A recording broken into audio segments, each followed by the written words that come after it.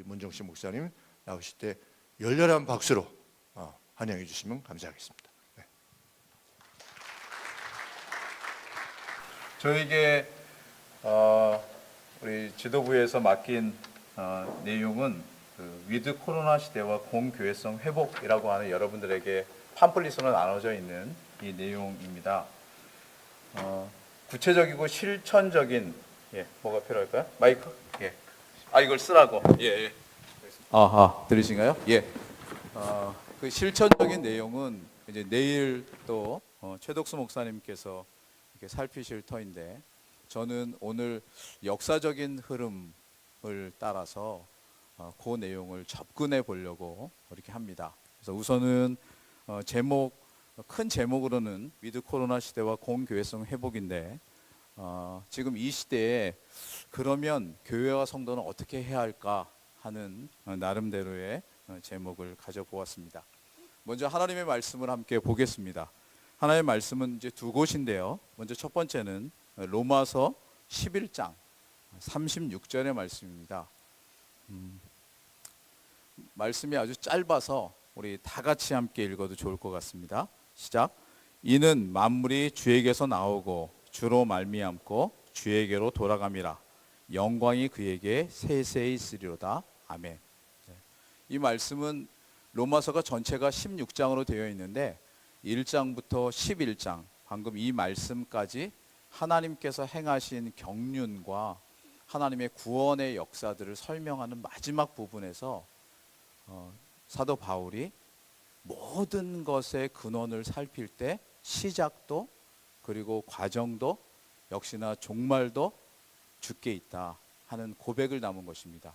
그리고 이 말씀이 끊쳐지면 이제 12장부터 16장까지는 그러면 그리스도인은 어떻게 살아야 할 것인가 하는 구체적인 삶의 부분을 다루는데, 오늘은 제가 이 말씀을 따라서 이제 보려고 합니다. 또 한 곳 더 말씀을 읽으려고 하는데요. 에베소서 1장 8절부터 10절 말씀입니다. 여러분에게 조금 멀게 보일 터인데 제가 말씀을 읽겠습니다. 여러분 들으십시오. 이는 그가 모든 지혜와 총명으로 우리에게 넘치게 하사 그 뜻의 비밀을 우리에게 알리셨으니 곧 그 기쁘심을 따라 그리스도 안에서 때가 찬 경륜을 위하여 예정하신 것이니 하늘에 있는 것이나 땅에 있는 것이 다 그리스도 안에서 통일되게 하려 하심이라. 이렇게 말씀합니다. 여기 특별히 경륜이라는 단어가 있는데 여러분 혹 많이 들어보셨을 영어로 이코노미라고 하는 말입니다. 그 이코노미를 지금 우리는 경제 이렇게 해서 돈이 도는, 그리고 산업과 사회가 돌아가는 데 있어서의 어떤 요소만 생각하지만, 원래 예전에 라틴어로부터 어원된 이 말은 사실 온 세계가 경영되고 운영되는 데 있어서 그 안에 담긴 보이지 않는 제1원인, 그 큰 뜻이 있다. 그러면서 그것을 하나님의 경륜이다 이렇게 표현했습니다. 그래서 바로 우리가 지금 살아가고 있는 이때, 물론 코로나가 하나님께서 내신 것이라고는 얘기하지 않지만 온 세상 모든 것들이 주의 계획 가운데 진행되고 있다고 할 때, 지금 우리가 겪고 있는 이 시대에는 분명코 뜻이 있다. 그리고 지금 우리가 21세기에 마주하고 있는 이 시대뿐만 아니라 과거로 돌아가 보면 이미 13세기, 14세기에도 여러분 많이 들어보셨을 흑사병, 영어로 패스트라고 하는데요. 그 병이 아주 오랜 시간을 거치면서 있었습니다. 그래서 인간의 역사 속엔 이 코로나라고 하는 어떤 전염병, 지금 감염병이라고 얘기하는 이런 현상, 팬데믹 현상이 어느 날 갑자기 우연스럽게 찾아온 것이 아니고 하나님께서 오랜 경륜을 따라 당신의 여러 일들을 행하시되, 과거에도 그리고 지금도 어쩌면 이후에 이름을 달리하겠지만 또 무엇인가를 통해서 우리로 하여금 인간이 스스로 모든 것을 할 수 있다고 생각하는 이것에 대해서 겸손하게 하시고, 우리 자신만 아는 인간의 본성에 대해서 다른 이들을 생각하고 더 오래되고 더 먼 것들을 생각하게 하는 귀한 은혜의 방편이다, 이렇게 생각을 합니다. 제가 한 가지만 더 성경 말씀은 아닌데요. 한 인문학자의 이야기를 여러분 잠깐만 읽어드리려고 합니다. 여러분 혹시 보이시나요? 거기 화면이 가려서 그런데 프랑스 작가인 폴 브루제라고 하는 사람이 한 말입니다. 여러분 인터넷만 찾으면 금방 알 수 있는 내용인데요. 아주 간단한데 이렇게 폴 브루제라는 사람이 얘기를 했습니다. 생각하는 대로 살지 않으면 사는 대로 생각하게 된다. 사람들이요, 생각하면서 내 안에 담긴 진리가 옳은 것이 나를 이끌어서 살게 하지 않으면 우리는 어느덧 세상이 만들어낸 프레임이나 세상이 만들어낸 여러 일들을 따라 살아가느라고 그것이 다라고 생각하기가 되게 쉽습니다. 그래서 폴 브루제가 던진 이 말이 실제로 많은 사람들에게 회자되기도 하고 그것이 오늘 우리에게도 생각할 거리를 많이 줍니다. 이 대목에서 잠깐 기도하고 제가 시작할까 합니다. 다시 기도하겠습니다. 하나님 아버지, 은혜를 감사합니다. 이제 강의가 주의 말씀을 읽고 난 후에 시작되는데 저희 마음속에 집중할 수 있는 은혜를 주시고 이 밤에 이 자리에 앉아있는 청년 누군가가 이 말씀을 통해 자신의 인생이 주의 진리로 말미암아 새로워지는 복된 은혜가 있게 하여 주옵소서. 저도 30년 전에 바로 이 자리에 이렇게 앉았다가 주의 말씀이 심령을 강권하는 것을 통해 오늘 이때까지 왔습니다. 하나님, 부족한 이에게 주셨던 은혜처럼 오늘 또 그런 은혜가 이 자리에 있도록 주님 인도하여 주옵소서. 예수님의 이름으로 기도하옵나이다. 아멘. 오늘 강의를 맡고 지난 밤 기도하면서 이렇게 잠이 들었는데요. 오늘 아침에 들은 첫 뉴스가 뭐냐면 오미크론 변이로 말미암아 자그마치 14,000명이나 감염이 됐다고 하는 소식이었습니다. 여러분도 다 들으셨죠, 그렇죠? 인터넷을 켜니까. 그래서 한편으로는 저보다 더 애절하게 기도하셨을 우리 부장님 또 우리 부총회장님 또 여러 이 모임을 섬기는 분들 마음이 다 같았을 것입니다. 과연 이럴 때 어떻게 모일 수 있을까? 모처럼 1년에 한 번 가는 이 귀한 행사인데 사실은 작년에는 아예 모이지 못해서 온라인으로 했다고 제가 들었고요.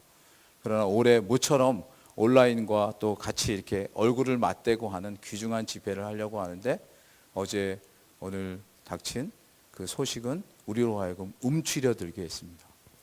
그런데요, 혹시 여러분 중에 오늘 여러 일들로 바빴겠지만 혹시 신문을 볼 시간이 있었던 분이 있는지 모르겠습니다.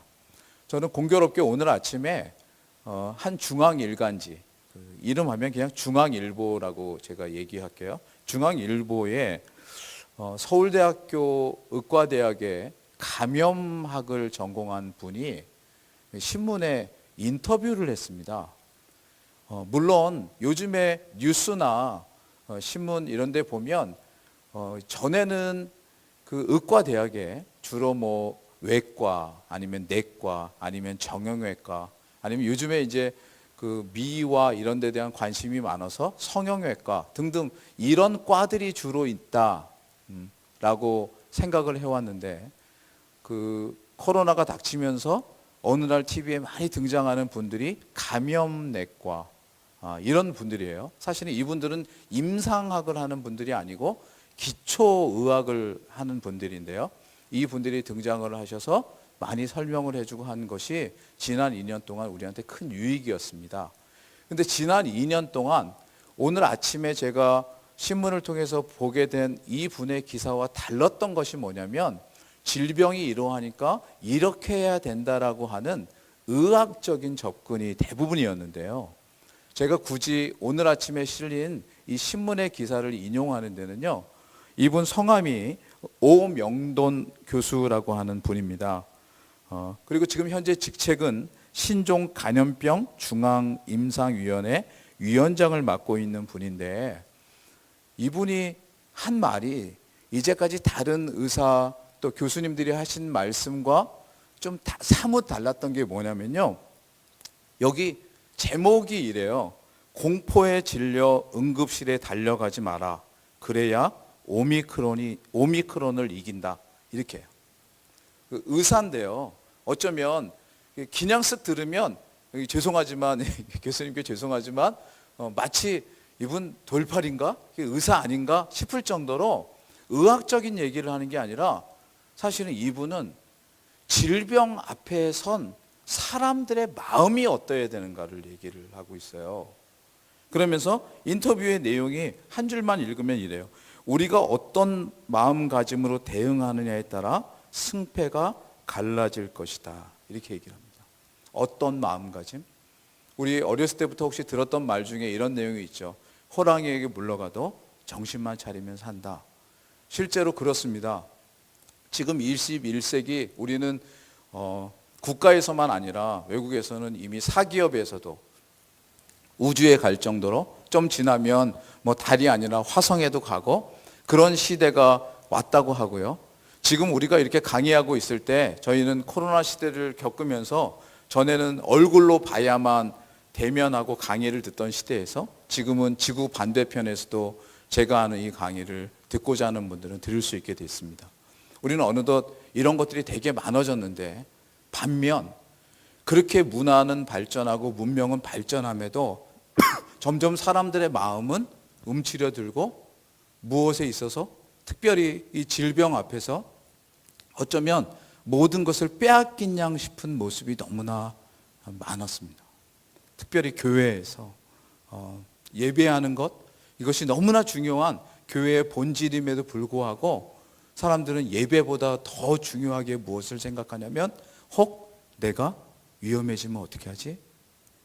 그래서 그 다음 이렇게 하다 보니까 나중에 뭐가 중요한지를 잃어버린 채 그저 세상이 얘기하는 것처럼 아니 질병본부 아니면 여러분 저는 일반적으로 보호해야 된다는 것을 반대하는 사람이 아닙니다.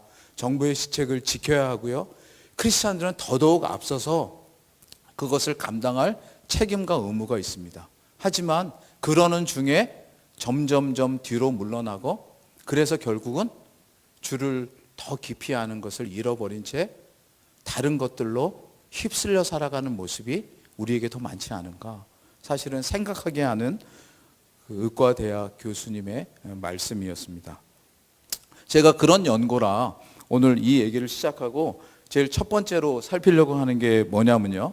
여러분에게도 나눴지만 인류 역사가 계속되어 오는 동안 우리가 지금 코로나19를 겪는 것처럼 이런 어려움의 시기가 없었느냐 하면 그렇지 않아요. 더 큰 어려움이 인류 역사 속에 많았어요. 지금은 어쩌면 너무나 안전한 여러 요소들 가운데 있게 된 시대예요. 그래서 제가 이것을 두 가지로 살피려고 하는데 첫 번째는 인류가 지내오면서 특별히 교회 입장에서 볼 때 우리가 지금 교회라고 하고 성도라고 하는데 초대교회의 모습은 어떠했는가? 그리고 중세라고 하는 기독교 시대를 지나고 나서 맞이한 중세 이후의 시대는 어떠했는가? 그리고 우리는 특별히 한국이라고 하는 이 땅에 태어났는데 이 땅의 교회들은 초창기에 어떠했는가를 잠깐 살피고요. 두 번째는 그러는 중에 이 코로나와 같이 지금으로부터 한 300-400년 전에 있었던 그 의학적 어려움, 질병의 문제 앞에서 어떻게 했는가 이 부분을 먼저 살피려고 합니다.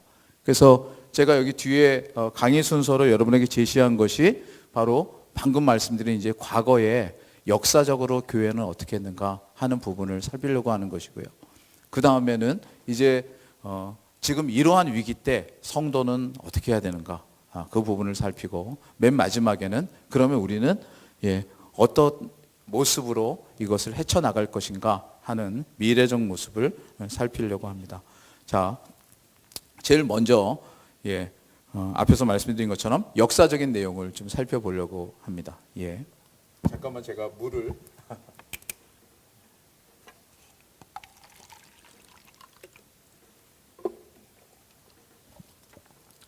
가장 먼저 저희가 살피려고 하는 것은 교회는 역사적으로 위기 앞에서 어떻게 했는가 하는 내용입니다.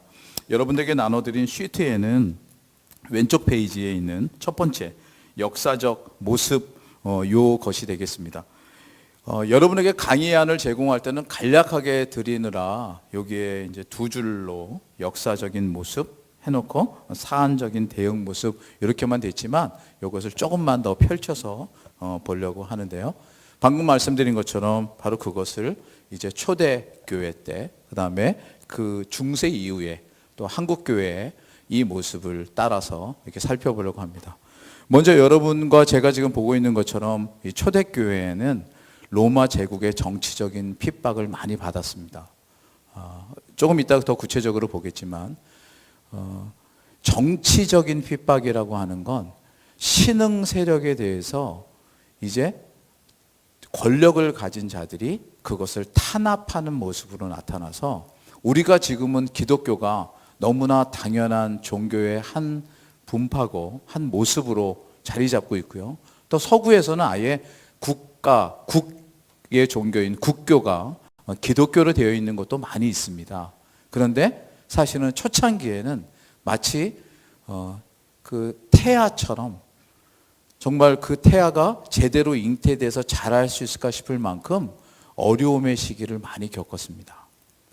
그런데 그 시기를 지나고 나서 이제 중세 이후엔 또 다른 모습을 가졌고요.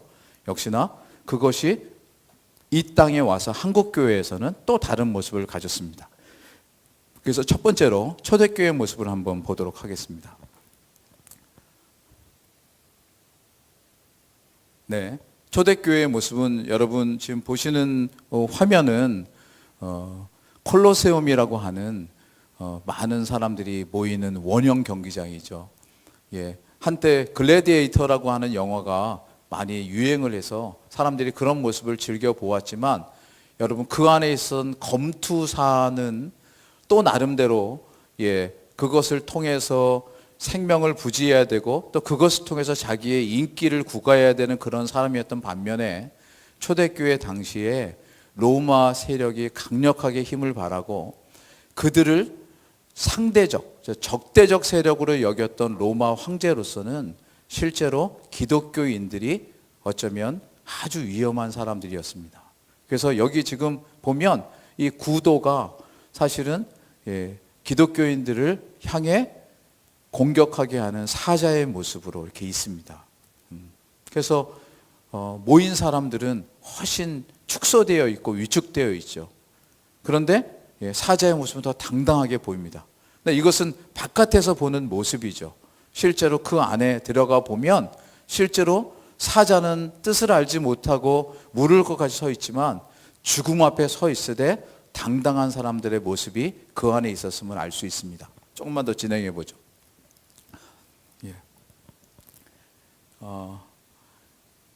사실은 죽음 앞에 맞섰던 사람들 중에 모두가 그 죽음을 사실 두려워하고 했던 것이 아니고 방금 말씀드린 것처럼 특별히 크리스찬들은요 죽음 앞에서 되게 당당했습니다. 여기 지금 화면에 나오는 또 한 사람은요 이름이 폴리캅이에요. 워낙 신실한 목사님이어서 이 사람에 대한 아주 유명한 예화가 하나 남아 있는데요. 이 사람이 너무 신실한 분이어서 당시에 경찰서장, 그래서 이 사람을 잡아가도록 황제로부터 명령을 받았던 사람이 이 사람을 자기 마차로 태워가면서 이렇게 얘기했다고 합니다. 당신이 한 번만 예수를 부인하면 내가 당신을 살려주겠어. 근데 이 폴리캅이 뭐라고 얘기했냐면요. 아까 우리 지도부 목사님 말씀하신 것처럼 자기 평생에 한 번도 하나님이 나를 실망시킨 적이 없는데 내가 어떻게 생명 하나 때문에 하나님을 실망시키겠습니까? 하면서 죽음의 길을 걸어갔던 사람입니다. 그래서 어떤 면에서 보면요. 거기서 회유되고 거기서 생명을 쫓아서 자기의 것을 양보했더라면 우리에게는 기억되지 않았을 거예요. 그런데 그 길을 걸어감으로 폴리캅은 2000년 가까운 지금 이 먼 한국 땅에서도 기억이 되는 사람이 되었습니다. 이게 초대교회의 모습이에요. 조금만 더 넘어가 보죠. 이제 중세 이후에, 왜냐하면 이렇게 된 다음에 여러분 아시는 것처럼 313년에 콘스탄틴 대제가 이제 기독교를 로마의 국교로 용인한 다음에 이제 크리스찬돔이라고 하는 기독교 세계가 열렸습니다. 그런데 인간의 죄됨은 그 복음이 널리 전파돼서 하나님이 하시는 일 속에 끝자락에 가니까 결국 기독교 권력을 또 왕들이 잡으려고 하는 모습이 나타났고요. 지금 그런 현상에 중세 후에 특별히 여러분이 많이 들어보셨을 이제 청교도라든가 특정한 나라인 스코틀랜드라는 곳에서는 언약도라는 이름으로, 그리고 프랑스에서는 위그노라는 이름으로 실제로 그리스도인들인데요, 하나님을 바르게 예배하려고 하나님을 높이려고 하는 마음을 가지고 있는 이들에게 왕들이, 권력이 자기들의 뜻대로 하라고 하는 강압을 합니다. 그래서 그것을 거절했다가 쫓겨나는 거예요.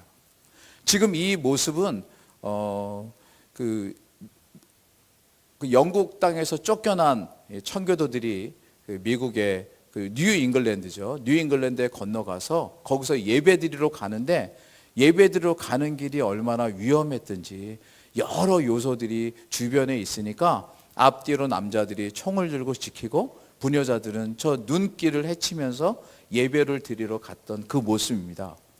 우리는 그냥 사진, 그 그림으로 남아 있으니까 아, 그때는 그랬겠지 이렇게 싶지만, 여러 어려움들을 넘으면서 예배를 지키려고 했던 사람들의 모습에서 우리는 많은 생각을 하게 됩니다. 우리가 지금 앉아있는 이 예배당, 우리가 함께 할 수 있는 이 예배는 어느 날 그저 주어진 것이 아니고 수많은 사람들의 피와 희생과 그리고 어려움들을 겪으면서 이어진 것이다. 이 말씀을 드리고 싶습니다. 그래서 이 중에 요 시대인데요, 17세기 요 시대인데, 이때 마침 1600년에 태어난 한 사람이 있습니다. 이름이 사무엘 러더포드라고 하는데 이 사람입니다. 이 사람은 영국 북쪽에 있는 조그만 땅 스코틀랜드에서 태어난 사람인데요, 이 사람도 역시나 왕이 명령하는, 그러니까 종교가 어느덧 왕을 더 높이고 왕의 마음대로 되는 이런 것들에 대해서 옳지 않다는 입장을 가지고 있어서 쫓겨났던 사람입니다. 그래서 뭐 여러분들도 혹시 별명이 있으신지 모르겠는데, 이 사무엘 러더포드는 별명이 있습니다. 그 별명이 뭐냐면요, 추방된 목사다. 이게 별명이었어요.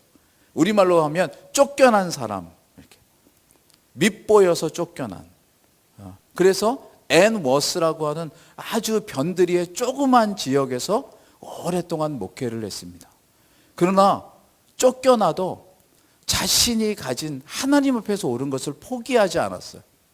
그래서 그곳에서도 신실하게 목회를 했고요, 그곳에서 신실하게 글을 썼고, 그것을 신실하게 하나님 앞에 섰다가 이 사람에게 하나님께서 갚아주신 두 가지 일이 있습니다. 하나는 조금 후에 제가 살필 터인데요, 이 사람은 스코틀랜드라고 우리나라로 보면 지금 저 북쪽에 원산, 개마고원 요 정도 쪽에 있는 그 사람이었는데요, 그 나라 대표로 이후에 런던이라고 하는 남쪽, 우리로 보면 한 부산 위치 정도 되는 그곳에 웨스터민스터 총회가 열릴 때 스코틀랜드 교회 대표로 파견이 됩니다. 과거에는 추방된 목사고 쫓겨난 사람인데 하나님의 뜻에 따라서 그것이 다 어그러지고는 도리어 그 사람이 그 나라의 대표로 다른 곳에 가서 아주 귀중한 웨스터민스터 총회에 자문을 하는 위원으로 쓰임을 받아요.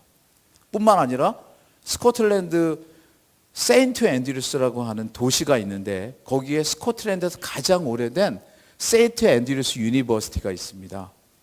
여러분 혹시 뭐 들어보셨을, 지금 이제 영국의 왕위 계승 서열 2위가 그 찰스의 아들인 그 윌리엄인데, 그 윌리엄이 거기서 그 자기 부인 될 자매를 만났습니다. 그래서 둘이 미들턴과 함께 결혼을 해서 아름답게 지금 이제 가정을 이루고 이제 하나님께서 이후에 주실 이 왕위 계승을 기다리고 있는데, 그 친구가 공부했던 곳이 세인트 앤드류스라고 하는 곳입니다. 우리나라 일반적인 사람들에게는요, 골프가 시작된 곳이다, 뭐 이렇게도 얘기하는데, 바로 그곳에 스코틀랜드에서 가장 오래된 대학에 특별히 세인트 메리 칼리지라고 하는 신학교가 있습니다. 이 사람이 전에는 쫓겨났던 사람인데 하나님 앞에서 그 어려움을 감내하고 신실히 섰더니 이후에 이 사람이 그 세인트 메리 컬리지의 학장으로 세워지는 영광을 얻습니다. 과거는 전혀 그럴 희망을 보이지 않았는데 하나님 앞에 신실했고 어떤 탄압과 그 위협 앞에서도 흔들리지 않았던 그 모습이 하나님 보시기에 이 사람을 쓸만한 모습이다 인정하게 했던 것이죠. 자, 이후에 넘어가 보겠습니다. 이제 우리나라 한국 교회도 역시 마찬가지입니다. 한국 교회가 지금 1980년대, 90년대 부흥을 거쳐서 지금 2000년대 이렇게 들고 있습니다. 사실은 오늘 아침에 나온 통계만 봐도 우리나라에 사실 가장 많은 신자를 가진 그 종파가 기독교다. 그래서 17% 이렇게 오늘 아침에 뉴스에서 제가 봤습니다. 신문에서. 또 불교가 16% 이렇게 얘기하는데요.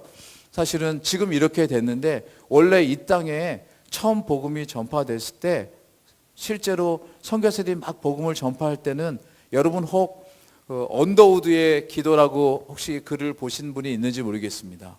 언더우드가 직접 한 것은 아니에요. 소설적인 그 기도인데요.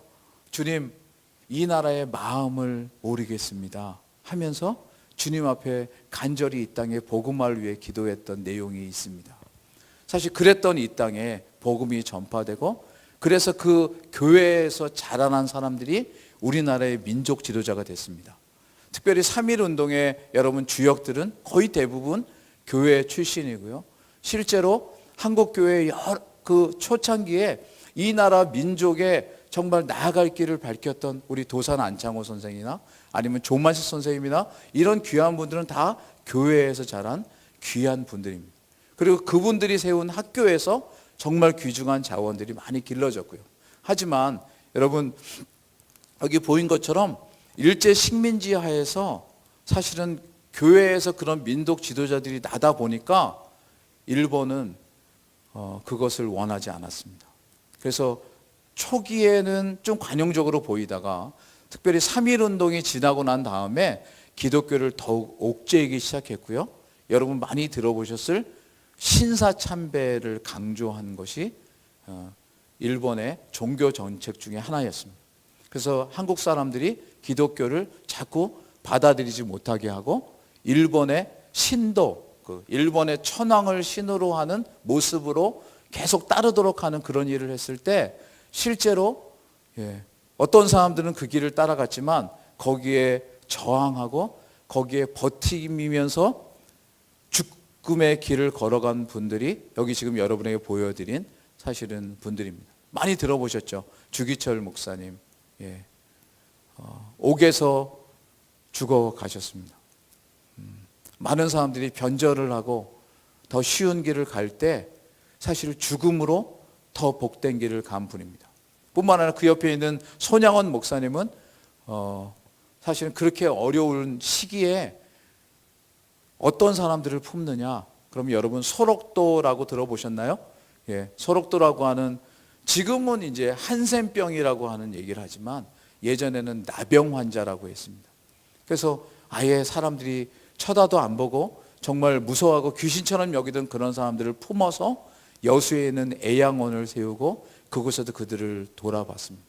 뿐만 아니라 자기 아들을 죽인 특별히 좌익을 자기의 양아들로 삼기도 한 이런 모습이 사실 있었습니다.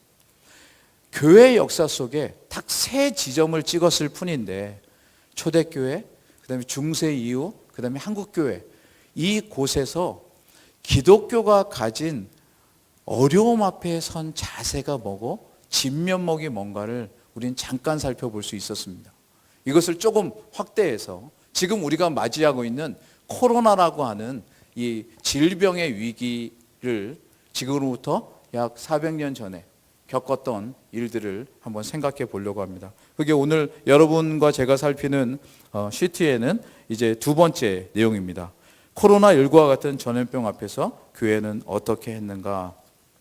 자, 코로나 같은 질병 앞에서 주로 그때 당시에 주된 지역은 유럽이었어요. 유럽의 독일, 그 다음에 스위스, 프랑스. 지금으로 얘기하면 사실은 서유럽 전체에 코로나가 불어닥쳤는데요. 실제로 죄송합니다. 패스트가 불어닥쳤는데요. 그 패스트는 지금 여기 등장하는 사람들은 거의 대부분 16세기, 17세기 종교개혁 이후의 사람들을 제가 대상으로 했어요. 왜냐하면 여러분이 좀 아실 수 있을 것 같아서. 그런데 원래 패스트는요 16세기에 시작된 게 아니고요, 그로부터 200년 전인 14세기에 이미 발행됐습니다. 정확하게는요 1348년 유럽에서 일어나서요 1350년까지 약 3년 동안 거의 유럽 인구의 1억 정도를 죽게 했습니다. 지금 우리가 겪고 지금 우리가 대면하는 이 정도 수준이 아니고요, 실제로 한 도시에서 75%니까 4분의 3 정도가 죽어나가고, 그러니까 옆에 있는 사람들이 죽어나가고 가족들이 죽어나가는 것을 계속 보는 거예요. 그 일들이 가득했을 때 거기에 섰던 사람들 중에 특별히 하나님께서 모든 것을 지으셨고 주관하시고 이끄신다는 신앙 고백을 가졌던 종교개혁자, 우리가 지금 믿고 하는 이 개신교회의 초창기에 그런 사고를 펼친 사람들이 어떻게 했는가 하는 내용을 이제 보려고 합니다. 그래서 이것을 위해 잠깐 여러분, 최근에 나온 책 중에 성경과 팬데믹이라는 책이 나왔습니다. 총신대학의 김지찬 교수님이라고 하는 구약을 전공한 분이 이 책을 내셨는데, 그것이 생명의 말씀사라는 출판사에서 나오면서 그 생명의 말씀사에서 그 책을 기획한 분이 이 책을 소개하는 영상을 이렇게 만들었습니다. 그래서 생명의 말씀사에서 그것을 갖고 왔고요. 또 특별히 이것을 소개하는 이분은 사실 아까 우리 부총회장님 나오셔서 말씀하신 것처럼 저희와 함께 그 합실에서 공부를 한 분입니다. 그런데 이분은 목회만이 하나님이 부르신 것이 아니고 좋은 기독교 책을 내는 것이 하나님의 일을 하는 것이라고 그 일을 평생 감당하시고 계시는 분입니다. 구자섭 부장님이라고 하는 분인데요. 그분의 소개를 잠깐만 보겠습니다. 네. 동영상인데요. 네. 안녕하세요. 생명의 말씀사 편집부 구자섭 부장입니다. 오늘은 지난번 영상에 이어 최근 출간된 성경과 팬데믹이라는 책을 소개할까 합니다. 인류가 직면한 코로나19 팬데믹은 우연적 발생일까요? 신적 개입의 결과일까요? 만약에 신적 개입의 결과라면 그 안에는 어떤 뜻이 숨어 있는 걸까요? 1527년 여름 전 유럽을 휩쓸었던 치사율 75%의 흑사병, 중세의 팬데믹은 루터의 종교개혁을 막지 못했습니다. 오늘은 이 책을 통해서 중세 팬데믹의 상황과 종교개혁자들은 이런 상황에 어떻게 대처했는지를 살펴보겠습니다. 1527년 종교개혁의 도시 비텐베르그에는 치사율이 무려 75%나 되는 흑사병이 닥쳐왔습니다. 코로나19의 치사율이 불과 2%라는 점에서 아마 당시의 공포는 어마어마했을 것입니다. 당시 흑사병은 전 유럽을 강타했는데요. 14세기 유럽에서 7,500만 명에서 2억 명의 목숨을 빼앗아간 역사상 최악의 팬데믹이었습니다. 이때 흑사병으로 유럽 전체 인구의 30에서 60%가 목숨을 잃었습니다. 세계 인구가 거의 1억 명이 줄었고요. 17세기가 되어서야 겨우 이전 수준을 회복할 정도였습니다. 흑사병이 한 도시를 휩쓸고 지나가면 그 도시의 3분의 1에서 반이 죽어나갔습니다. 실로 엄청난 공포가 그 당시 사회를 지배했습니다. 당시 루터의 종교개혁이 한창 진행되었던 독일 비텐베르그는 인구가 2,000명에서 2,500명밖에 안 되는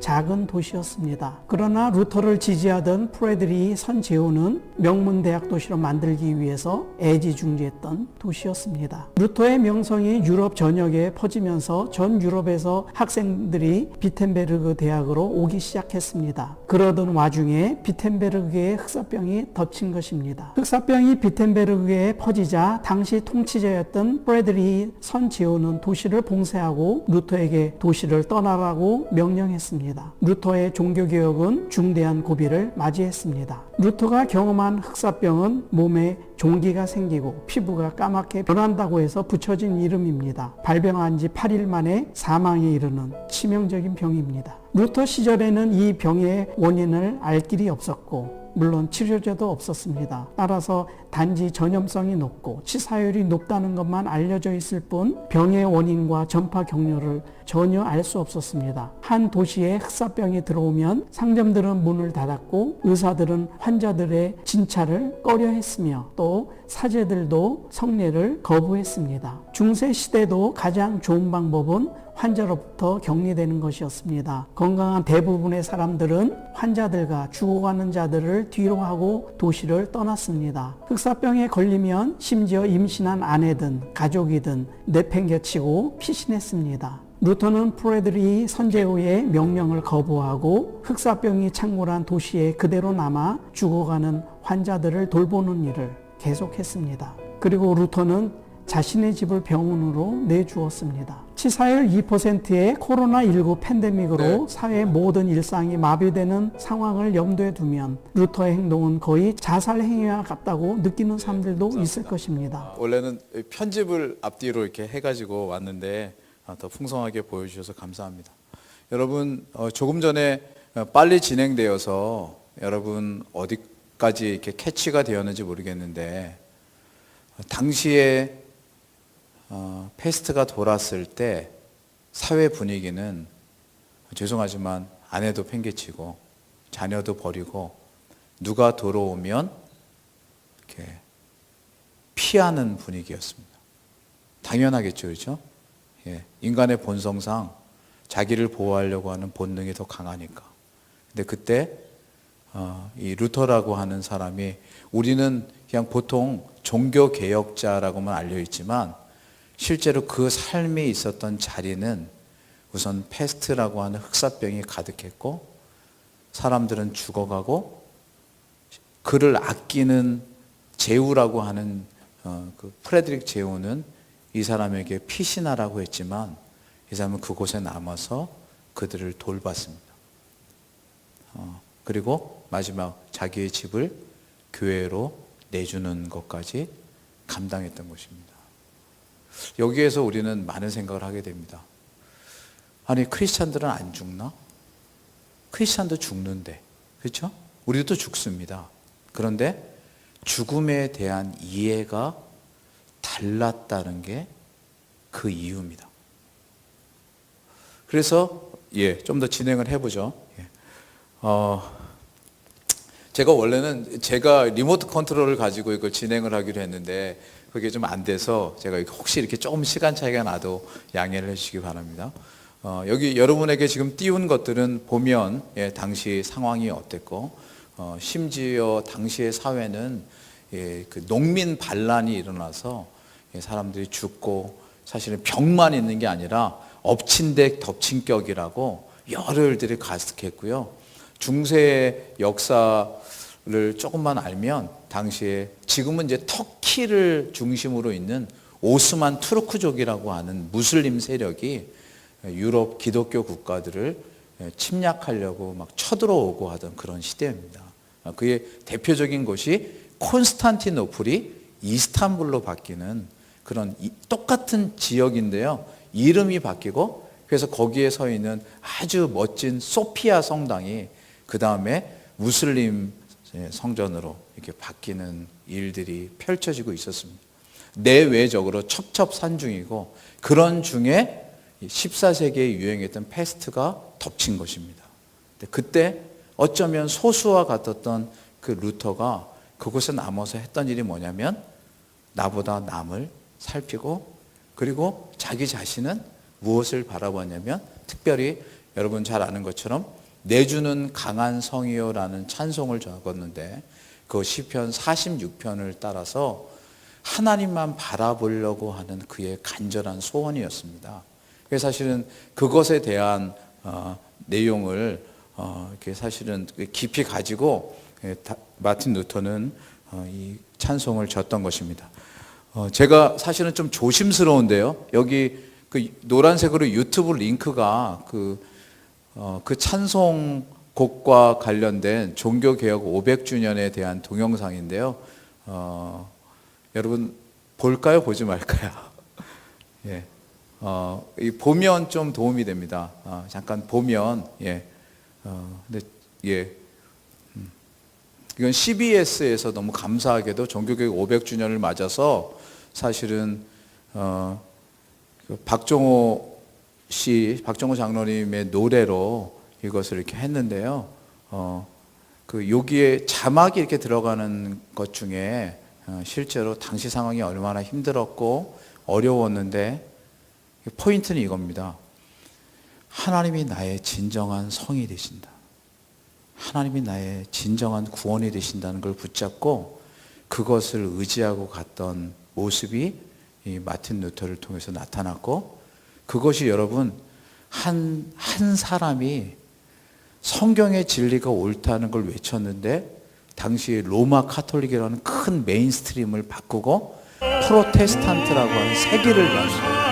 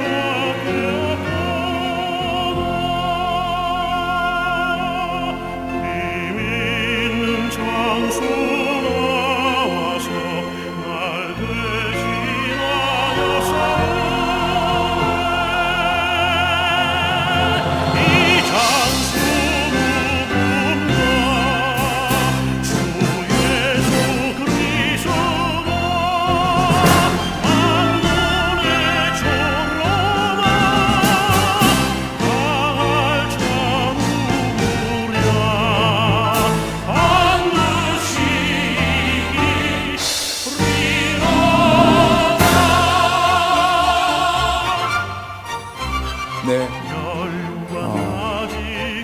여러분 지금 살면서 두려움과 공포라는 것을 어디까지 느끼는지 모르겠습니다. 사실은 2년 전에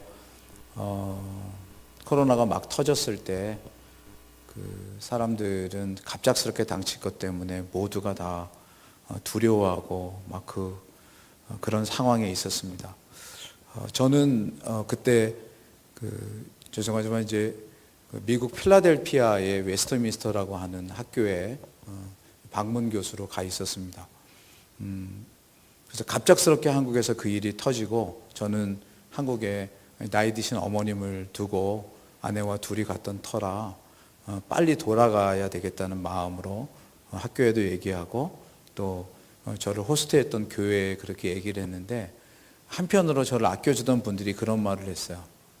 왜 지금 더 어려운 데로 가느냐. 그러니까 사실은 그때 당시에 미국에는 아직 불과 2년 전인데요.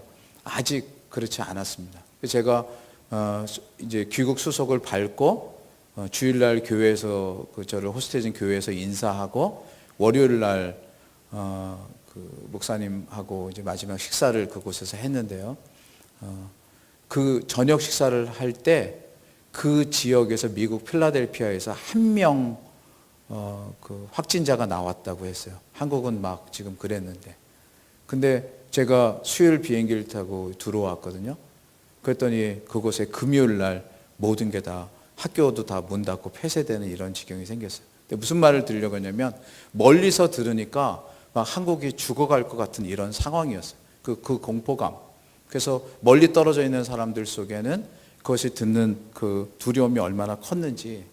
그래서 제가 왜 이 얘기하냐면 막 무엇을 들을 때 아까 앞에서 그 서울대학교 교수도 그 말씀을 하셨다고 하지만 실제 병들보다 더 무서운 건요 두려움이에요. 우리 마음속에 오는 두려움. 그런데 교회는 두려움을 능히 이기시는 주님을 믿는 믿음으로 사는 거예요. 이 마틴 루터가 지금으로부터 400년 전에 보여주었던 모습의 하나가 그거예요. 다 죽어가는데 자기는 왜 안 죽겠어요? 자기도 죽어가는 일을 겪을 터이지만 그러나 내 죽음보다 더 큰 이는 나를 나게 하시고 나로 하여금 영원한 구원에 들어가게 하실 주님이심을 믿었던 거예요. 자, 이제 두 번째로 루터보다는 조금 앞선 사람인데요. 이 사람은 직접 패스트에 걸렸던 사람이에요. 그 독일에서 남쪽으로 내려가면 있는 스위스 찌리히에 살았던 쯔빙글리라고 하는 사람인데요.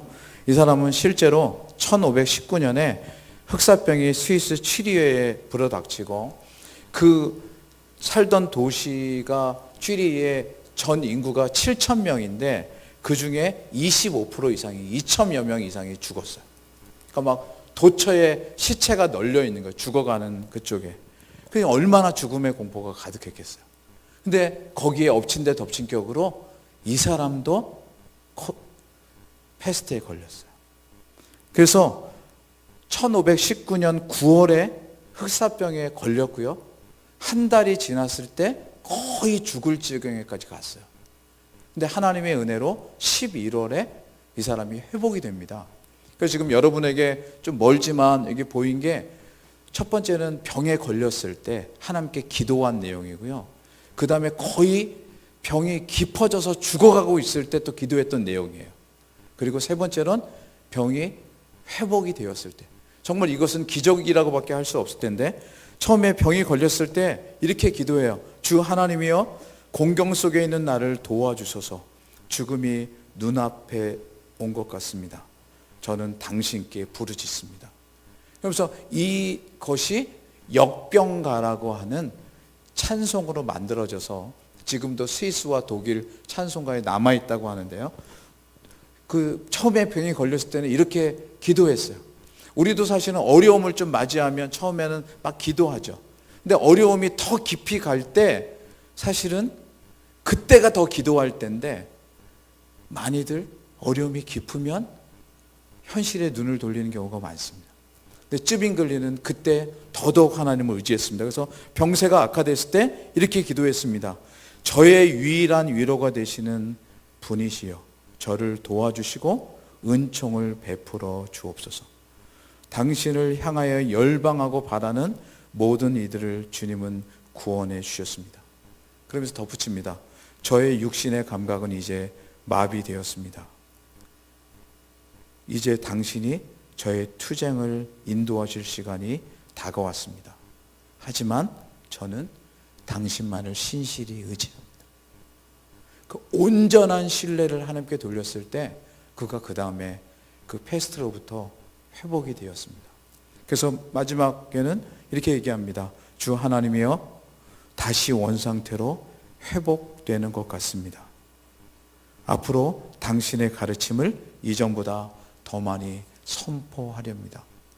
보통은요, 자기가 나으면 자기 생각만 하기 쉬운데 그런 은혜를 입자 나보다 더. 그래서 쯔빙글리는 이러한 과정을 거치면서 철저하게 하나님의 구원과 섭리를 실감했고요. 다른 어떠한 현실 앞에서도 두려워하지 않는 담대함을 갖게 됐습니다. 그리고 자기 자신에 대해서는 겸손함과 회개의 모습을 가졌을 뿐만 아니라 다른 이들을 향해서 정말 구제의 사역을 하기 시작했습니다. 자기의 것을 내어줘. 왜요? 우리는 여기가 영원히 있을 곳이 아니라는 걸 주께로부터 약속받은 자들이거든요. 그래서 죽음의 시기를 거쳐보니까 바로 그 모습을 갖는 거예요. 이제 한 명 더 보려고 합니다. 이 중세 이후에 종교개혁의 3대 사람 중에 루터와 쯔빙글리와 더불어 프랑스 스트라스부르크에서 활동하다가 나중에 제네바에서 활동을 한 존 칼빈이라는 사람이 있습니다. 아마 여러분 많이 들어보셨을 거예요. 역시 존 칼빈이 살던 이때에 제네바에도 얼마나 그 패스트가 오랜 시간 많이 퍼졌는지요. 여러분에게 나눠드린 것처럼 1519년, 1524년, 1538년, 1541년부터 43년까지 심지어 45년까지 그리고 칼빈이 죽은 1564년부터 71년까지도 패스트가 많았습니다. 근데 제가 무슨 말씀을 드렸냐면 패스트가 많아서 자기 몸만 보호하고 뒤로 물러나 있었더라면 우리는 지금 이 멀리 떨어진 한국 땅에서 존 칼빈이라는 사람을 기억하지 않았을 것입니다. 그런데 칼빈은 그렇지 않았습니다. 그가 대단한 사람이어서 그런 게 아니고요. 실제로 그도 이 패스트로 말미암아 아이 셋을 잃고 아내도 잃었습니다. 어쩌면 자기 삶 가운데 가장 귀중하고 여겨지는 사람들을 다 잃음에도 불구하고 하나님이 나를 왜 두셨을까? 이것을 생각하면서 정진하기를 그는 여러분 들어보셨을 기독교 강요라는 책을 1536년에 처음 썼습니다. 처음에 썼던 책은요, 그 사도신경과 그리고 주기도문 10계명을 이렇게 풀이한 작고 간단한 책이었습니다. 최종본에 비하면. 그런데요, 그런 시기를 거치면서 이게 여러분 중요합니다. 코로나가 지속되거나 아니면 내 삶 가운데 다른 모습의 어려움이 지속될 때 어려움을 쫓아가면 우리는 계속 어렵습니다. 그리고 내 삶 속엔 그저 힘든 것만 남아 있습니다. 그러나 패스트가 지금 1519년부터 23년, 38년, 41년, 43년, 64년, 71년 이렇게 계속되게 반복이 될 때 마치 그것은 그것대로 가더라도 나는 이 속에서 하나님이 나를 왜 부르셨고 나를 통해서 하려고 하는 일이 뭔가를 붙잡고 그것을 해나가는 거예요. 그래서 칼빈이 1536년에 초판을 쓰고요. 아, 내가 이 책 썼으니까 됐다라고 그만둔 게 아니고요. 마치 패스트가 옆에서 수없이 괴롭힘을 계속할 때 사실 칼빈은 1536년 이후에 1539년에 개정을 해요. 그리고 그로부터 2년 후인 41년에 또 개정을 해요. 그 개정은 첫 번째는 라틴어로 썼고요. 그 다음에 라틴어 개정을 하는데 세 번째 한 개정은 라틴어 본을 프랑스어로 번역을 한 거예요. 우리 같으면 힘들면 몸살이고 나 하나 챙기기 쉬울 것 같은데 아니에요. 여러분 그렇게 해서 나 하나 챙기고 병원에 가고 그것을 의지하다 보면요. 뒤돌아보면 인생은 남은 게 없습니다. 그런데 어려움이 계속돼도요. 하나님이 이 속에서 나를 통해서 하시려는 일을 바라보면요. 내 곁에 돌아볼 사람들은 많고요. 내가 나누는 복음의 역사들은 사람들을 살립니다. 실제로 칼빈이 그러한 삶을 살았어요.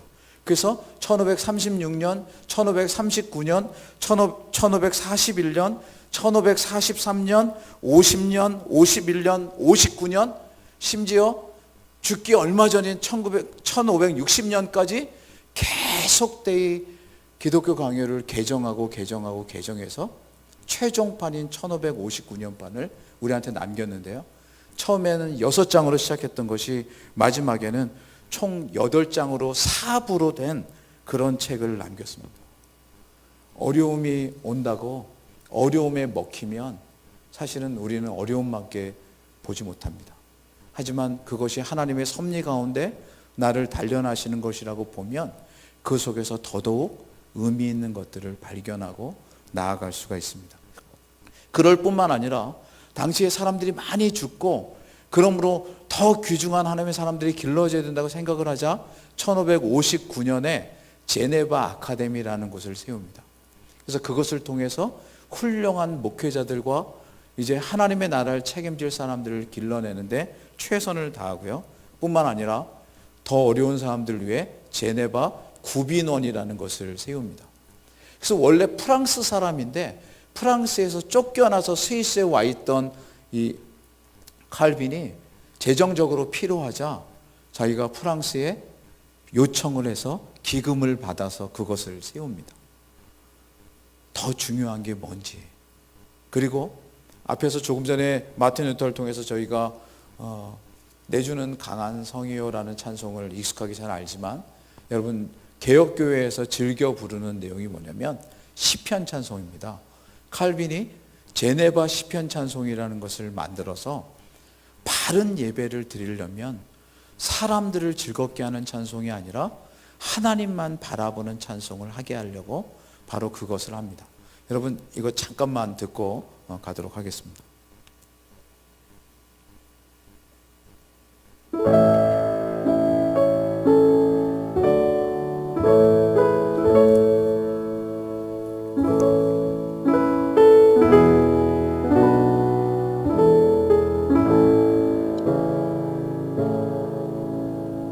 주 나와 같은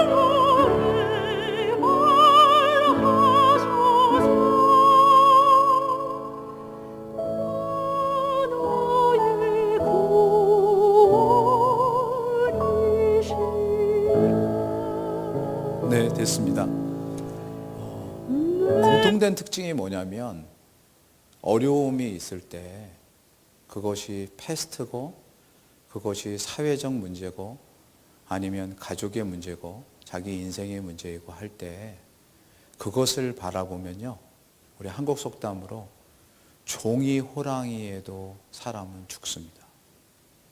근데 그것이 실제로 살아있는 호랑이라도 그것을 정면으로 바라보고 하나님이 나를 붙드셔서 나를 인도하신다고 믿으면, 여러분 소년 다윗이 골리앗을 싸우러 가기 전에 했던 고백과 같이 하나님의 도우심을 맛볼 줄 믿습니다. 그것이 사실은 중세 교회, 중세 이후에 종교 개혁자들이 보여준 그 모습입니다. 그래서 이들이 가졌던 모습이 뭔가를 간단히 정리하면 이렇습니다. 이들이 가졌던 모습을 개혁 신학이라고 말합니다. 그래서 우리가 지금 고백하는 우리 합신교회에서 배우는 것이 바로 개혁 신학입니다. 하나님이 모든 것의 주인이시고 모든 것의 인도자이시다. 하나님의 주권을 고백하는 것입니다. 그래서 그 주권을 고백하는 그 사상을, 그 생각을 견고히 가지면 그 다음에 나타나는 현상이 뭐냐면요, 죽음을 두려워하지 않게 됩니다. 이게 바로 그 내용인데요. 그들이 바로 그렇게 대응했던 내용의 모습이 그렇습니다. 코로나 시대를 살면서 고난이 하는 일이라고 제가 강의 마지막에 이곳 가까운 곳 그 남포교회를 목회하셨던 박영선 목사님이 최근에 내신 작은 책인데요. 고난이 하는 일이라고 고난을 주어로 여기고 이 시대에 하나님을 더더욱 바라보고 그리고 내 곁에 있는 자들을 더욱 소중히 보는 것들을 그곳에 다루고 있습니다. 그래서 이때 당시에 살았던 사람도 마찬가지예요. 현실 앞에서 연연하는 모습이 아니라 하나님의 섭리 가운데 고난을 겪으며 더욱 단단해지고 견고해지되 그 핵심에 바로 주의 영원하심과 주님께로 나는 구원을 아는 지혜와 지식이 있을 때 바로 그렇게 할 수 있습니다. 그러면 이제 크게 두 번째로요, 바로 그러한 것을 배울 수 있는 곳이 어딘가? 그것이 바로 교회입니다. 그래서 공교회라고 하는 교회가 중요한 것이에요. 교회가 아니면 그것을 배울 수 없어요. 그래서 칼빈이 뭐라고 했느냐면, 여러분 여기 첫 번째 나오는 내용을 한 번만 같이 우리 읽어볼까요? 시작. 어머니인 교회의 몸에서 양육받지 않고 학교인 교회에서 배우지 않는다면 진정한 구원에 이를 수 없다. 칼빈이 한 말입니다. 이 로마 카톨릭처럼 교회가 아니면 구원을 받지 못한다 그런 의미가 아니고요. 여러분 교회에서 어머니 된 교회에서 배우고 학교인 교회에서 길러지지 않으면 여러분 절대로 좋은 신앙을 가질 수 없습니다. 바로 그 의미를, 그래서 진정한 구원이라는 의미를 칼빈은 그렇게 얘기한 것입니다. 그래서 먼저 교회는 어떤 곳인가 할 때 여기 있는 것처럼 교회는 바로 보편교회라고 하는데 원래 영어로는 유니버셜이라고 합니다. 그래서 사실은 여기 제가 좀 인용해 놓기를 합신에서 가리키는 이승구 교수님은 그것을 공간적으로 이렇게 설명하고 있습니다. 온 세상에 다 널려 있고 모든 종류의 사람들이 오는 것이 교회입니다. 이렇게 얘기를 합니다. 그래서 아마 여기 여러분과 저도 마찬가지입니다. 우리는 정말 다양한 출신도 다르고 배경도 다르고 이런데 주님이 우리를 부르셔서 교회가 되게 하셨습니다. 저는 교회를 생각할 때마다 얼마나 가슴이 뛰고 얼마나 감사한지 모릅니다. 제가 지금은 여러분 앞에 이렇게 서 있어서 또 목사라 소개를 받았기 때문에 여러분이 혹 저분은 뭐 어릴 때부터 이렇게 생각할지 모르겠습니다만 제가 아주 간단하게 저의 말씀을 드리면요, 저는 사실은 군에 가서 신앙을 갖기 전까지 사실은 예수 그리스도를 구주로 모시지 않았습니다. 물론 어릴 때 어머님이 뒤늦게 신앙을 가지셔서 어머니에게 효도하려고 어머니가 교회를 가기를 원하셨어요. 그래서 저는 교회에 가서 몰래 주보를 갖다가 어머니에게 드림으로써 용돈을 받았던 그런 영악한 아이였습니다. 근데 정말 제 마음엔 신앙이 없었어요. 신앙이 없으니까 나타나는 현상 중에 하나가 뭐냐면요, 제가 그때 하늘에 계신 주님 말고 다른 주를 신실히 섬겼어요. 그래서 밤새 친구들과 그 주와 함께 오랜 시간을 보내다 보면 사실 인생이란 게 그렇잖아요. 특별히 청년 때 미래가 어떻게 될까 불안하고, 그 다음에 그것 때문에 가는 답답함이 술이 술을 부르는. 그래서 한때는 소주병을 입에 물고 길거리를 돌아다닌 적도 있고요. 그것 때문에 인생의 허함을 많이 느낀 적도 있었습니다. 그런데 어느 날 신앙을 갖고 나서 제게 달라진 모습이 딱 하나 있었는데요. 가슴에 허전함이 없어졌습니다.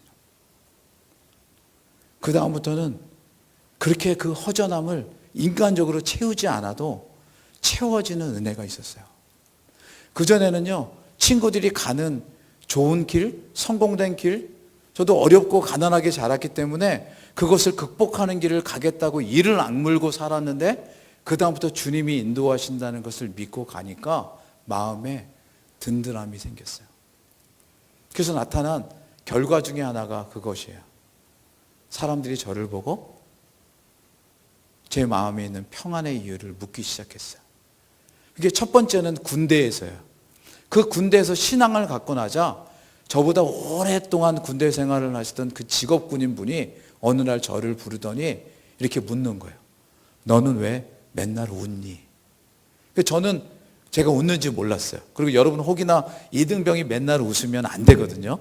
예, 그거는 죽음을 자초한 길인데, 그분이 볼 때는 외적인 웃음이 아니라 내면의 웃음이 있는 것을 보시고 물으셨어요. 제가 그게 예수 그리스도를 구주로 영접하고 나서 나타난 첫 번째 변화였고요. 두 번째는 바로 그렇게 해서 나가게 된 군대 안에 아주 자그마한 교회, 말하자면 여기 강대상에 반절도 안 되는 창고 같은 교회에서 예배하는 게 너무나 좋았어요. 그래서 예배할 수 있음이, 하나님께 예배할 수 있음이, 그래서 마음속에 가졌던 세 번째 소망이 뭐냐면요, 주께서 저를 쓰신다면 제가 그 어떤 길이든 걸어가겠습니다 라고 고백하고 군대를 제대했어요. 그래서 그 이후에 마침 나가게 된 교회에서 목사님의 말씀에 따라 원래 했던 전공은 공학인데요, 공학과 상관없이 신학의 길을 가게 됐고, 지금 이 길을 묵묵히 걸으면서 혹이나 전에 갔던 길을 가지 않았으면, 그 전의 길을 그냥 따라갔으면 훨씬 더 나은 삶을 살지 않았을까? 아니에요. 외적으로는 나은 삶을 살 수 있었겠죠. 경제적으로나 여건적으로나.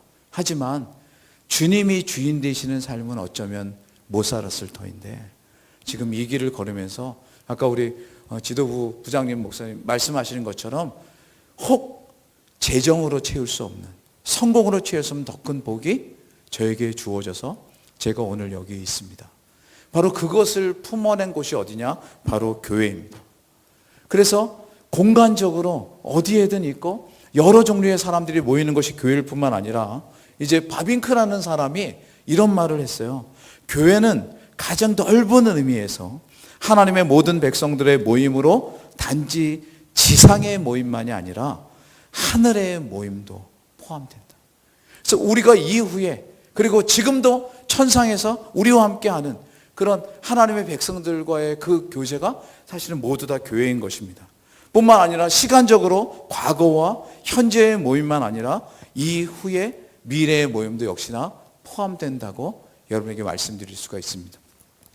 그래서 바로 이 교회를 우리는 너무나 소중히 여겨야 되는데요, 이 교회를 소중히 여긴다는 건 이런 모임과 공동체만이 아니라 이제 다음 것인 교회에게 주신 하나님의 동일한 내용들이 있습니다. 그것이 바로 신앙 고백입니다.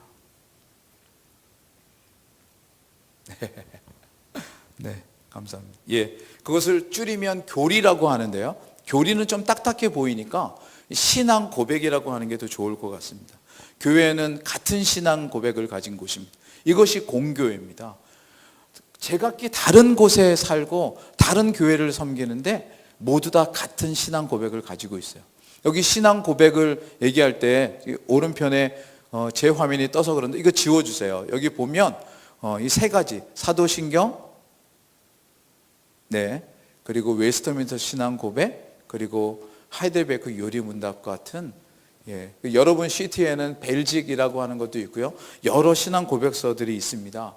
이 중에 제가 왜 마지막 제 화면을 지워달라고 했냐면, 여러분 사도신경이나 웨스터민스터 신앙 고백서 잘 알겠지만 이 하이델베르크 요리 문답 1문에는요, 지금과 같이 어려운 때 정말 우리 영혼에 다가오는 내용이 이미 460년 전에 기록되어 있었어요. 그게 뭐냐면 1문답의 내용이 이런데요. 살아서나 죽어서나 당신의 유일한 위로는 무엇입니까? 라고 하이델베르크 요리문답 제1문답은 그렇게 묻고요. 답을 이렇게 합니다. 살아서나 죽어서나 나는 나의 것이 아니요 몸도 영혼도 나의 신실하신 구주 예수 그리스도의 것입니다. 그렇게 해놓고 덧붙여서 이렇게 말합니다. 하늘에 계신 나의 아버지의 뜻이 아니면 머리털 하나도 땅에 떨어지지 않도록 나를 보호하시며 참으로 모든 것이 합력하여 나의 구원을 이루도록 하십니다. 이렇게 얘기합니다. 여러분은 교회에서 많이 들으셨을 거예요. 머리털 하나까지도 살피시는 하나님. 여러분, 그런데 왜 죽음을 두려워하고 코로나를 두려워하고 사실은 우리 인생 가운데 펼쳐지는 어떤 어려움을 두려워합니까? 도리어 이때를 여러분의 기회로 삼으십시오. 이때 청년의 시기를 보내며 한편으로는요, 이런 시기가 나에게 주는 하나님의 더 큰 섭리가 뭔가를 물어보세요. 그러면서 정말 교회 속에서 전에는 남들이 나에게 어떻게 할까를 생각했더라면 이제 내가 가진 작은 고백들을 누군가에게 나누는 것을 통해 나도 어느덧 나누는 사람이 되었구나.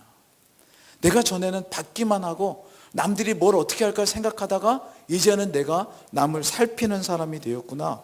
이렇게 되는 기회가 여러분에게 주어질 수 있을 줄 믿습니다. 그래서 교회는 바로 이렇게 공교회라는 곳이 시공간적으로 함께 모이며 더불어 함께 신앙 고백을 가진 곳입니다. 얼마나 복된 곳인지 모릅니다. 더불어 하나만 더 보겠습니다. 그리고 교회는요, 그냥 이 시대 가운데 교회에만 모여서 하나님 하나님 이렇게 부르는 종교적 모습만 가진 게 아니고요, 시대와 사회를 향해 여러분의 각각 전문성을 가지고 여러분이 접근할 수 있도록 여러분을 격려하는 곳입니다. 그것을 잘 얘기해 놓은 분이 존 스토트라고 하는 분입니다. 저는 이제 살아있는 분을 이렇게 칭찬하고 하는 일을 거의 하지 않는데, 하나님께서 부르셔서 우리 존 스토트 목사님이 남긴 유작이 얼마나 귀한지 사실 고민되는 것입니다. 크리스찬들이 한때는요, 이게 우리나라에 특별히 기도원이나 아니면 교회에만 모여서라고 하는 이런 안 좋은 문화가 있었던 때가 있어요. 그게 한국 교회사를 조금만 연구하면 신사참배 이후에 교회 내에서 일본 제국주의는요, 미래에 대한 설교를 하지 못하게 했어요. 그리고 기복적인 종교만 갖게 했어요. 그게 한국 교회에 한때 많은 기도원을 양상하고 거기 모여서 복복을 간구하던 잘못된 결과로 나타났는데요. 그때도 실제로 무엇이 중요한가를 고민하고 하는 일들을 하나님이 다른 곳에서는 이루셔서, 특별히 존 스토트 목사님이 여기 여러분에게 이렇게 쭉 보였는데요. 이 시대는 변화하는 시대이고 복잡한 세계이며 다원적인 세계이다 하면서 질문을 던져요. 과연 그리스도인은 이 시대 가운데 붙잡고 있는 진리가 영향력을 미칠 수 있는가? 이렇게 질문을 던지고 결론이 미칠 수 있다. 우리가 가진 진리에 견고하면, 그러면서 시대 안에 여러 문제를 얘기해요. 전쟁과 평화, 또 뿐만 아니라 인권, 더불어 노동, 그리고 다문화 사회, 경제적인 불균형, 심지어 낙태와 안락사, 동성애까지 이것을 쭉 다룬 후에 마지막에 이렇게 얘기합니다. 그러기에 더더욱 그리스도인들의 리더십이 이 시대에 필요합니다. 그러기에 더더욱 이 코로나 시대에 청년 여러분들이 좋은 재원으로 길러지는 게 필요합니다. 여러분들이 이 시기를 왜 내가 대학 갈 때, 내가 지금 청년으로 살 때 이런 일이야, 이렇게 보지 마시고 하나님이 이때 여러분을 두신 것을 생각하면서 이때 교회를 귀중히 여기며 여러분의 인생 가운데 하나님이 하실 일들을 귀중히 여기면서 준비되는 여러분 되시기를 바랍니다. 이제 마지막 부분으로 넘어가겠습니다. 이러기 위해서 어떻게 해야 되는가? 이 마지막 섹션은 원래 미래입니다. 미래에 우리는 어떻게 해야 되는가? 근데 미래 중에 여러분 혹시 들어보셨나요? 오래된 미래라는 말이 있습니다. 물론 여기에 제가 이제 old future라고 하는 단어를 썼는데요. 이게 어느 책에서는 ancient future라고 해서 이렇게 과거의 전통을 지키는 방식으로만 낸 그런 책이 있습니다. 그 의미를 조금 넘어서 오래된 미래는요, 이미 하나님께서 우리에게 영혼을 바라보게 하는 것들을 오래전에 주셨습니다. 특별히 지금 나오는 예레미야 6장 16절 말씀은요, 여기 바로 이런 말씀이 있습니다. 여러분 노란 대목만 같이 한번 읽어보려고 하는데요, 거기에 하나님의 말씀이 있습니다. 시작. 여호와께서 이같이 말씀하시되 너희는 길에 서서 보며 옛적 길 곧 선한 길이 어디인지 알아보고 그리로 행하라. 너희 심령이 평강을 얻으리라 하나 그들의 대답이 우리는 그리로 행치 않겠노라 하였으며 내가 또 너희 위에 파수꾼을 세웠으니 나팔 소리를 들으라 하나 그들의 대답이 우리는 듣지 않겠노라 하였노라. 이게 예레미야 말씀인데요, 그 결과 예레미야 이 예언을 이스라엘 백성들이 귀담아 듣지 않은 결과 이스라엘은 패망했고요, 그 왕 시드기야는 눈알이 뽑힌 채 바벨론의 포로로 끌려가야 됐고 그곳에서 70년 동안 포로 생활을 해야 했습니다. 그러나 하나님께서 이 말씀을 주실 때 주셨던 귀중한 약속이 뭐냐면 그 옛적 길, 선한 길을 알아보고 그리로 행하면 너희 심령이 평강을 얻으리라, 이렇게 하나님 말씀하셨어요. 그래서 여기 old path라고 하는 이 옛길, 옛적 길, 사실 이것이 과거에 이 예레미야 시대니까 지금부터 2500년 전의 일인데요, 그때 주어졌지만 실제로 시대를 떠나서 계속되는 일관된 길입니다. 그 옛적 길이 뭐냐면요, 신앙의 선배들이 걸었던 하나님만을 모든 것이라 여겼던 길이 바로 그것입니다. 그래서 이 예레미야 시대에 주셨던 이 올드파스를 기억하고 이로부터 약 2000년 정도 지난 다음에 앞에서 얘기한 사무엘 러더포드가 함께 동참했던 이제 웨스트민스터 총회라고 하는 곳에서 이 올드파스를 또 되뇌입니다. 과거부터. 그러나 이것이 과거에만 국한된 것이 아니라 미래로 이어지는 올드파스를, 그리고 올드 퓨처를 붙잡고 살았던 우리 신앙의 선배들이 우리에게 이런 내용을 가르쳐 줍니다. 여러분 많이 들어보셨을 거예요. 소요리 문답까지는 많이 들어보셨을 텐데요, 그것을 성숙한 사람들에게 가르치라고 대요리 문답이라는 것이 있습니다. 그 대요리 문답의 1문답이 이렇게 되어 있습니다. 여러분 같이 보시고 있으니까 우리 읽어보겠습니다. 시작. 인간의 주된 그리고 최고의 목적은 무엇입니까? 제 질문, 그리고 그 밑에 답이 이렇게 되어 있죠. 인간의 주된 그리고 최고로 높은 목적은 하나님을 영화롭게 하고 풍성히 그를 영원히 즐거워하는 것이다. 그렇습니다. 사실은 이 소요리 문답 그리고 소요리 문답이 훨씬 발전된 대요리 문답의 이 일문이 성도된 우리에게 있어서 어떻게 살 것인가 길을 밝혀줍니다. 인생의 가장 높은 목적이 무엇입니까? 당장 듣기에 여러분 익숙하지 않은 것처럼 보이지만요, 이 길을 따라갔던 사람들이 아까 초대교회 그리고 중세 이후에 그리고 한국교회에 있었던 분들이고요, 역시나 이러한 사상들을 담아낸 사람들이 종교개혁자들이고 우리가 많이 들은 청교도들과 위그너들이라고 하는 귀중한 신앙의 선배들입니다. 마음속에 코로나 그리고 어려움, 인간이 겪는 여러 일들 속에 따라가다 보면 매번 산 넘어 산입니다. 어려움은 계속되이 다가오고 그것은 우리를 집어삼키려고 합니다. 그러나 그것 너머에 모든 것을 주관하고 다스리신 하나님을 바라보면서 그분이 정말 기뻐하실 게 뭐고, 그분이 정말 나를 이 땅에 두신 목적이 뭔가를 보면서 바로 그 목적이 교회라는 우리 공집합으로 함께 하나 됐을 때 하나님께서 여러분과 저를 통해 이 시대에 이룰 것이 가득할 줄 믿습니다. 그러면 이제 마지막입니다. 네, 함께 예배하는 것 얼마나 복된 일인지 모릅니다. 여러분, 전에는 예배가 많이 있어서 막연히 여겼다가 지금 코로나 시대를 거치면서 예배의 소중함이 우리에게 더해졌습니다. 물론 예배는 전부 다 줄었습니다. 하지만 그것은 여러분이 어떻게 행동하느냐에 따라서 더 많이 참여할 수도 있고 더 소중하게 참여할 수도 있습니다. 여러분, 보석이 왜 가치가 있는지 아십니까? 희귀해서 가치가 있는 거예요. 우리가 예배할 수 있는 일을 주께로부터 받았다고 할 때 이것을 소중하게 지키는 것은 그 무엇과 비교할 수 없는 가장 복됨입니다. 그러나 함께 모여서 예배할 수 있는 것이 우리가 또 성경의 말씀처럼 하나님께서 세운 권위를 존중한다고 할 때 정부의 지침을 따라 하는 방식을 우리가 존중하면 그래서 다 모일 수 없어요. 그때 할 수 있는 게 있죠. 개인의 경건이에요.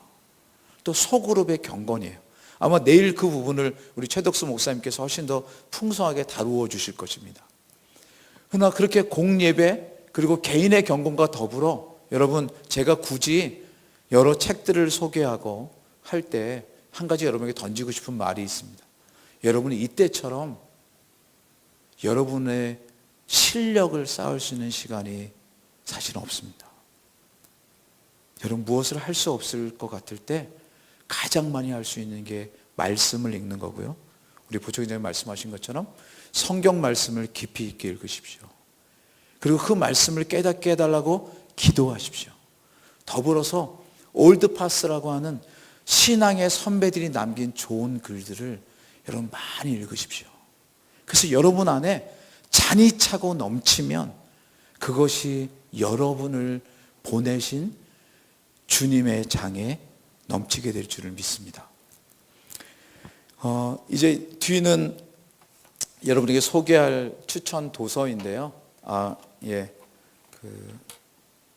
요 다음이 이제 추천 도서인데요. 그것들은 여러분 시트 안에 있으니까 거기를 보도록 하고요. 마지막 성경 말씀을 읽고 제가 기도하도록 하겠습니다. 우리 같이 성경 말씀 베드로전서 1장 5절로 7절 말씀을 읽겠습니다. 시작. 너희가 말세에 나타내기로 예비하신 구원을 얻기 위하여 믿음으로 말미암아 하나님의 능력으로 보호하심을 입었나니 그러므로 너희가 이제 여러 가지 시험을 인하여 잠깐 근심하게 되지 않을 수 없었으나 오히려 크게 기뻐하도다. 너희 믿음의 시련이 불로 연단하여도 없어질 금보다 더 귀하여 예수 그리스도에 나타나실 때에 칭찬과 영광과 존귀를 얻게 하려 함이라. 아멘.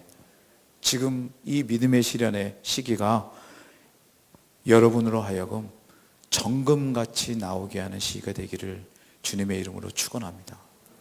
이 시기를 거치고 나면요, 어쩌면 쭉정이와 가라지처럼 그렇게 옅게 살았던 것들은 지나가되어 알곡과 그리고 정말 하나님이 기뻐하시는 정금과 같은 하나님의 사람들이 더더욱 굳게 되는 시기가 일어나게 될 줄 믿습니다. 이 시간 우리 같이 기도하기 원합니다. 찬양팀 나오셔서 우리 함께 기도할 때 인도해 주시면 좋겠는데요. 하나님, 이 시기에 저희 마음에 주를 더 깊이 아는 은혜를 허락하여 주옵소서. 이 시기에 주님이 기뻐하시는 사람들로 더더욱 구비되어지는 은혜를 허락하여 주옵소서. 이 시대에 우리가 속한 교회들이 정말 영적으로 더더욱 강건해지고 더더욱 굳게 서는 은혜를 허락하여 주옵소서. 우리 시간 마음을 다해서 함께 기도하는 시간 갖겠습니다. 기도하겠습니다.